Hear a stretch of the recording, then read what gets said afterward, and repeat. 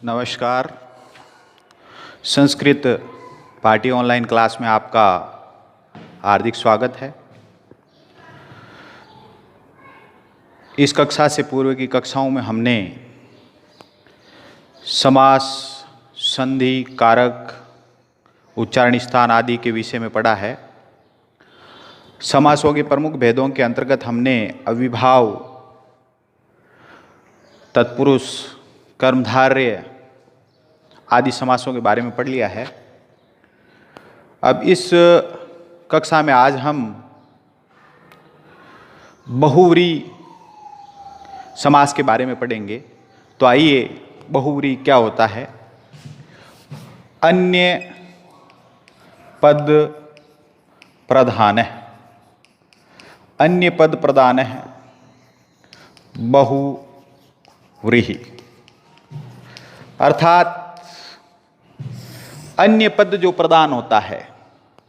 समास में हमने पढ़ा सामान्य जानकारी के तहत कि कुछ समासों में पहला पद प्रमुख होता है, तत्पुरुष में उत्तर पद प्रमुख होता है, लेकिन यहाँ पर अन्य पद प्रदान अर्थात जो दो पद दिए हुए हैं, उन दो पदों को जब एक पद करते हैं हम, दो या दो से अधिक पद जब मिलते हैं, एक पद बनता है, तो वहाँ पर उसका अर्थ जो निकलता है वो तीसरा अर्थ निकलता है, अर्थात अन्य पद प्रधान वो होता है। जब समस्त पद होता है तो वो एक विशेषण बन जाता है, किसी भी विशेष्य का वो विशेषण बन जाता है, रूढ़ अर्थ आ जाता है। तो कैसे आता है रूढ़ अर्थ, उसके बारे में पढ़ें हम। तो सबसे पहले तो यह है इसका अन्य पद प्रदान है बहुव्रीहि, अर्थात अन्य पद प्रदान जो है वो बहुव्रीहि समास कहलाता है। एक ये भी है बहुव्रीहि अस्ति यस्य से, यानी कहने का आशय यह है कि बहुव्रीहि का मतलब होता है अत्यधिक धान, अन्न है जिसके वह, ये भी इसका अर्थ है। तो यहाँ पर कहने का आशय यह है कि तीसरा अर्थ निकलेगा। अब भेद क्या है, इसके भेदों के बारे में पढ़ते हैं हम। जो बहुव्रीहि समास है उसके प्रमुख भेदों में क्या है, देखो। व्यधिकरण बहुव्रीहि, व्यधिकरण बहुव्रीहि, अर्थात हमने जब तत्पुरुष समास पढ़ा था तो वहां पर भी एक व्यधिकरण तत्पुरुष समास था। व्यधिकरण के बारे में हम पढ़ चुके हैं कि अधिकरण का मतलब होता है विभक्ति। तो यहां पर दो पद होते हैं या दो से ज्यादा पद होते हैं तो उनमें विभक्तियां जो है दोनों में अलग अलग होती है। अधिकरण जो है अर्थात विभक्तियां जो है जब अलग अलग होती हैं तो उसको व्यधिकरण बहुव्रीहि कहते हैं। दूसरा अपना समानाधिकरण बहुव्रीहि, हमने तत्पुरुष में भी समानाधिकरण तत्पुरुष पढ़ा था। वहां हमने पढ़ा था कि समान अधिकरण अर्थात दो पद हैं, दोनों में जो विभक्तियां हैं वो समान होती है, तो वहां पर समानाधिकरण तत्पुरुष था। यहां भी समान विभक्तियां जब होगी तो समानाधिकरण बहुव्रीहि होगा, विशेषण बनता है ये किसी का। अब तीसरा जो है अपने बहुव्रीहि समास का, तो तीसरा है कर्म व्यतिहार, कर्म व्यतिहार बहुव्रीहि। और चौथा जो है वह है तुल्य योग, तुल्य योग बहुव्रीहि, तुल्य योग बहुव्रीहि। तो यहां पर ये चार प्रमुख इसके भेद होते हैं। व्यधिकरण बहुव्रीहि, समानाधिकरण बहुव्रीहि, कर्म व्यतिहार बहुव्रीहि और तुल्य योग बहुव्रीहि, ये चार इसके प्रमुख भेद होते हैं। अब हम इसके जो चार प्रमुख भेद है उनको विस्तार से अलग अलग पढ़ें। तो सबसे पहले हम लेते हैं व्यधिकरण बहुव्रीहि या समानाधिकरण बहुव्रीहि। पहले ले लेते हैं कि हम समानाधिकरण बहुव्रीहि, पहले हम ले लेते हैं समानाधिकरण बहुव्रीहि।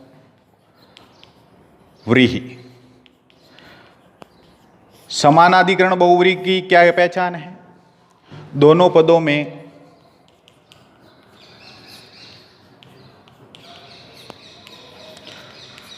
समान विभक्तियां होती है, समान विभक्ति होती है।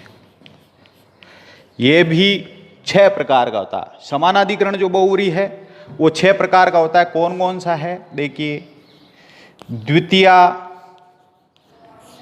समानाधिकरण, द्वितीय समानाधिकरण बहुव्रीहि, यानी यहां पर जो कारक हैं अपने पूर्व की कक्षाओं में हमने पढ़ा है उनको, तो जो समानाधिकरण बहुव्रीहि है, जो कारक पढ़े हैं द्वितीया से लेकर सप्तमी विभक्ति तक, द्वितीया, तृतीया, चतुर्थी, पंचमी और षष्ठी, सप्तमी, तो इसमें भी द्वितीया, तृतीया, चतुर्थी, पंचमी, षष्ठी और सप्तमी समानाधिकरण बहुव्रीहि। अब ये पहले द्वितीय समानाधिकरण बहुव्रीहि पढ़ते हैं हम। द्वितीय समानाधिकरण बहुव्रीहि यानी कहने का मतलब है दोनों पदों में समान विभक्तियां होगी, पहली चीज ये आ गई। और साथ में क्या है कि अपने को जो द्वितीय समानाधिकरण है, जब इसका विग्रह करेंगे हम, जब हम इसका विग्रह करते हैं तो यम याम, यद शब्द जो है, यत शब्द है उसकी द्वितीय विभक्ति, क्योंकि यहाँ हमारे द्वितीय विभक्ति है, तो द्वितीय विभक्ति जब हम लगाते हैं तो यम और याम ये शब्द अपना लगाएंगे। जैसे देखो उदाहरण देखते हैं, प्राप्तोदक, प्राप्तोदक है, ये पहला अपना उदाहरण है, प्राप्तोदक है। इसका विग्रह क्या है? प्राप्तम, उदकम, प्राप्तम, उदकम, यम, श, यानी ऐसा गांव जिसने जल प्राप्त कर लिया है। विशेष तीसरा अर्थ कैसे निकल रहा है? यानी जहां पर जल की कमी है उस स्थान को यदि जल मिल जाता है तो उस स्थान के लिए तो एक अपने आप में विशेष अर्थ रखने वाला हो जाता है। तो प्राप्तोदक एक गांव के लिए आया विशेष। जैसे पश्चिमी राजस्थान में हम चले जाएं तो वहां पर देखेंगे कि पानी की बहुतायत मात्रा में कमी रहती है, और वहां पर यदि जल मिल जाता है, पानी मिल जाता है, तो वो उसके लिए एक नई चीज होती है। तो उदक कहते हैं, उदकम जो है वो है जल, प्राप्तो उदक है, प्राप्तम उदकम यम से यहां पर यम आ गया द्वितीय विभक्ति, ऐसा गांव जिसको जल प्राप्त हो गया है। दूसरा उदाहरण ले लेते हैं हम। दूसरा उदाहरण प्राप्त धन है, प्राप्त धन है, यहां पर भी क्या है? प्राप्तम, प्राप्तम धनम यम से, यानी जिसने प्राप्त धन प्राप्त कर लिया है, अर्थात कोई गरीब व्यक्ति है उसको धन की प्राप्ति हो गई है, तो वहां पर प्राप्त धन है किसी व्यक्ति के लिए आ गया है। अब यदि हम, ये द्वितीय तत्पुरुष का हो गया, अब तृतीय तत्पुरुष का द्वितीय तत्पुरुष द्वितीय समानाधिकरण बहुव्रीहि। अब तृतीय समानाधिकरण बहुव्रीहि देखते हैं हम। तृतीय समानाधिकरण बहुव्रीहि, यहां पर क्या है? देखिए, तृतीय विभक्ति है, विग्रह वाक्य में दोनों जो पद होंगे उनमें तो समान विभक्ति, और पीछे हम क्या लिख देंगे?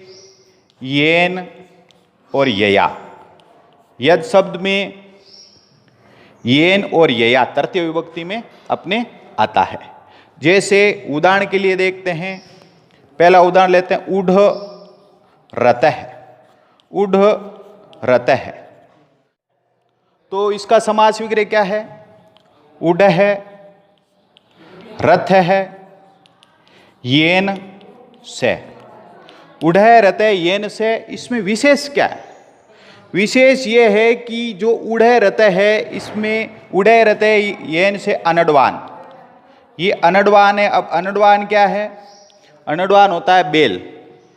तो रथ में क्या जोड़े, रथ को हाँकने वाले घोड़े होते हैं, लेकिन यहाँ पर ऐसा भी बेल है जिसने रथ को ढोया है, रथ को खींचा है।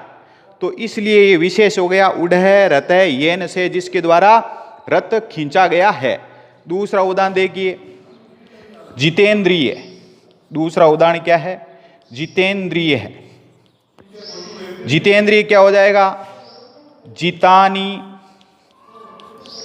इंद्राणी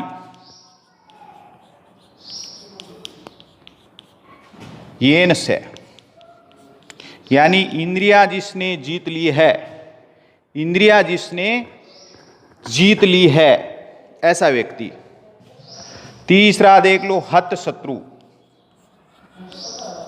हत शत्रु किसी विशेष राजा के लिए आया है, यानी जिसने अपने शत्रुओं को जीत लिया। हतः शत्रवः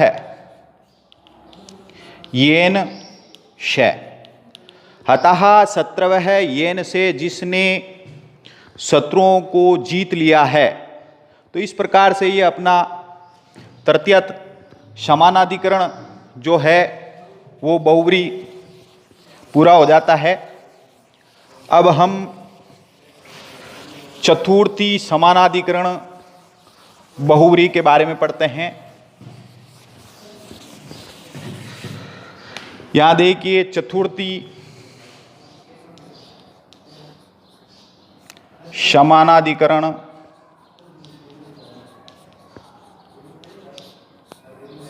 बहुव्रीहि। तो यहां पर क्या है, यानी यस्मई और स्त्रीलिंग में क्या आ जाता है? यस्यै, ये दो आते हैं।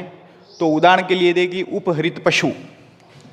उपहृत पशु ये रुद्र के लिए आया है, यानी जिसके लिए लाया गया है। तो उपहृत है, उपहृत है पशु यस्मै से, यस्मै से, यानी जिसके लिए पशु लाया गया है। ये रूढ़ अर्थ में क्या होगा? रुद्र, रुद्र के लिए आता है। तीसरा अर्थ यहाँ पर रुद्र निकल रहा है, तो यहाँ हो जाएगा। फिर है दत्त भोजन है, दत्त भोजन है। अब यहाँ क्या है? जिसको भोजन दिया गया है, अर्थात भिक्षु। क्या हो जाएगा? भिक्षु। दत्तम भोजनम यस्मै से, अर्थात जिसको भोजन दिया गया है वो हो जाएगा भिक्षुक है। चतुर्थी समानाधिकरण बहुव्रीहि। फिर है अपना पंचमी समानाधिकरण बहुव्रीहि। यहां क्या हो जाएगा? यहां आपके उद्धृतोदना, वही पंचमी विभक्ति यस्मात् और यस्या, यस्याः, इसका प्रयोग करते हैं। तो यहां क्या हो जाएगा? उद्धृतोदना, उद्धृतोदना, उद्धृतोदना। इसमें क्या है? पंचमी विभक्ति है उद्धृतम, उद्धृतम ओदनम, उद्धृतम ओदनम, उद्धृतम ओदनम यस्याः सा, अर्थात ऐसी थाली, इस थाली के लिए आया है। ऐसी थाली जिसमें से भात निकाल ली गई है, चावल निकाल लिए गए हैं, तो उद्धृतोदना हो जाएगा। फिर है निर्धन है, पंचमी समानाधिकरण में निर्धन है, निर्धन है। तो इसमें क्या है? धन जिससे निकल गया है, अर्थात जिसके पास निर्गतम धनम, निर्गतम,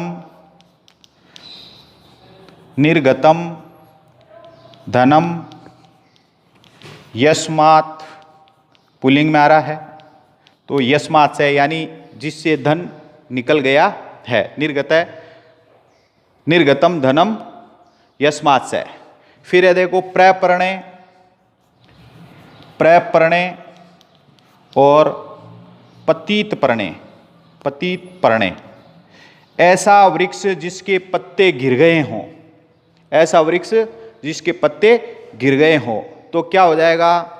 पतितानि, पतितानि पर्णानि यस्मात्, यस्मात् से।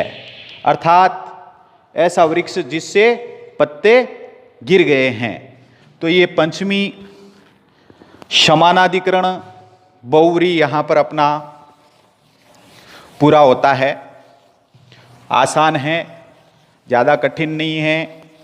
आपको केवल ध्यान ये रखना है कि पंचमी विभक्ति है, पुल्लिंग में शब्द आ रहा है तो यस्मात्, स्त्रीलिंग में आ रहा है तो यस्याः। और ज़्यादा ध्यान रखने की आवश्यकता नहीं, केवल कारकों का अपने को ज्ञान होना चाहिए। कारकों के अध्ययन के लिए आप मेरे पिछले वीडियो देख सकते हैं, उसमें मैंने कारकों को अच्छे तरीके से समझाया है। अब देखते हैं हम षष्ठी समानाधिकरण, षष्ठी समानाधिकरण बहुव्रीहि। अब ये जो समास है वही यस्य और यस्याः, पुल्लिंग में यस्य है, स्त्रीलिंग में यस्याः आता है। तो यहाँ पर अब हम देखेंगे कि क्या है, यस्य या यस्य लिखेंगे। तो यहाँ पर देखिए पहला उदाहरण लिखता हूँ मैं, पीताम्बरः है। विशेष ध्यान देने योग्य, परीक्षा की दृष्टि से बहुत महत्वपूर्ण समास है ये। तो यहाँ पर देखिए पीताम्बरः है, पीतम अंबरम यस्य शय, कृष्ण भगवान के लिए आया हुआ है। पीतम अम्बरम यस्य से, पीले हैं वस्त्र जिसके वह, पीले हैं वस्त्र जिसके वह। तो ये अपने कृष्ण भगवान के लिए आया हुआ है। और यदि विशेष ध्यान रखने योग्य बातें हैं, पीताम्बरम, विशेष ध्यान रखना है पीताम्बरम। यदि पीताम्बरम आता है तो वहां पर आपके बहुव्रीहि समास नहीं होगा, वहां पर आपके जो समास होगा वो होगा कर्मधारय। क्या होगा? कर्मधारय समास होगा। देखिए इसका विग्रह क्या होगा, पीतम अंबरम, पीतम अंबरम। यहां हम ये, तो यहां पर मैं बता रहा था कि यदि पीताम्बरम है, विशेष ध्यान देना है, पीताम्बरः आता है, पीतम अम्बरम यस्य से, तब तो वो बहुव्रीहि समास है। लेकिन यदि पीताम्बरम आ रहा है तो यहां पर क्या होगा, वो बहुव्रीहि समास नहीं होगा, बल्कि वो कर्मधारय समास होगा। कौन सा समास होगा? कर्मधारय। ये ध्यान रखना है, क्योंकि ये वस्त्र की विशेषता बता रहा है। या तो तीसरा अर्थ निकल रहा है, किसके लिए आ रहा है? भगवान कृष्ण के लिए आ रहा है, तो ये अपना बहुव्रीहि समास है। और यदि केवल वस्त्र की विशेषता, विशेषणम विशेषण बहुलम, जहां पर वस्त्र किसी की विशेषता बताई जाए तो वहां पर अपना जो समास है वो कर्मधारय या समानाधिकरण तत्पुरुष समास होता है, पीताम्बरम। इसी तरह अगला देख लेते हैं, दिगंबरा, दिगंबरः है। यहां ये फिर अपना बहुव्रीहि समास आ रहा है। दिशः अम्राणी, अम्राणी यस्य से, दिशाएं जिसकी अंबर हैं, अर्थात जो जैन मुनि होते हैं उनके लिए। दिशा अम्राणी यस्य से दिगंबरः है। इसी तरह हम लेते हैं दशाननः, दशानन जैसे ही कहते हैं वैसे ही अपने दिमाग में रावण की छवि आ जाती है। दश आननानि यस्य से, दश आननानि, आननानि यस्य से, 10 मुख हैं जिसके वे। ये हो गया अपने रावण। चतुरानन्य, चतुराननः, चत्वारि आननानि यस्य श। ये ब्रह्मा जी के लिए आ गया। 4 मुख हैं जिसके वह। इसी प्रकार के आते हैं। अब हम लंबोदर देख लेते हैं। लंबोदर है गणेश जी के लिए। लंबोदर है लंबम, लंबम उदरम यस्य श। भगवान गणेश के लिए लंबोदर है लंबम उदरम यस्य श। उन्नस है। अब देखिए उन्नस है। उन्नस किसके लिए आता है? उन्नताः, उन्नता नासिका यस्य श। यानी जिसकी बड़ी नाक है। उन्नताः नासिका में क्या आता है? सप्तमी में अपने यस्मिन क्या आ जाता है? सप्तमी में यस्मिन, यस्मिन या यश्याम, यश्याम। तो यहां पर क्या वीर पुरुष है। एक ऐसा गांव है जिसमें वीर पुरुष रहते हैं। तो वीर पुरुष है। वीराहा पुरुषाहा यस्मिन श। यानी ऐसा गांव जहां पर वीर पुरुष रहते हैं। वीर पुरुषों के लिए आ गया। एक और आरूढ़ वानर है। आरूढ़ वानर है। आरूढ़ वानर है यानी एक ऐसे विशेष वृक्ष के लिए आया है कि आरूढ़ाः, आरूढ़ाः वानराः यस्मिन श। ऐसा वृक्ष जिसके ऊपर बंदर हैं, चढ़े हुए हैं। तो ये इस प्रकार से अपना बहुरी समास का जो भेद था, पहला समानाधिकरण बहुरी, उसके अंतर्गत द्वितीय बहुरी, द्वितीय समानाधिकरण बहुरी से लेकर के सप्तमी समानाधिकरण बहुरी तक ये अपने समास हो गया। अगली क्लास में हम अगले समास के बारे में पढ़ेंगे।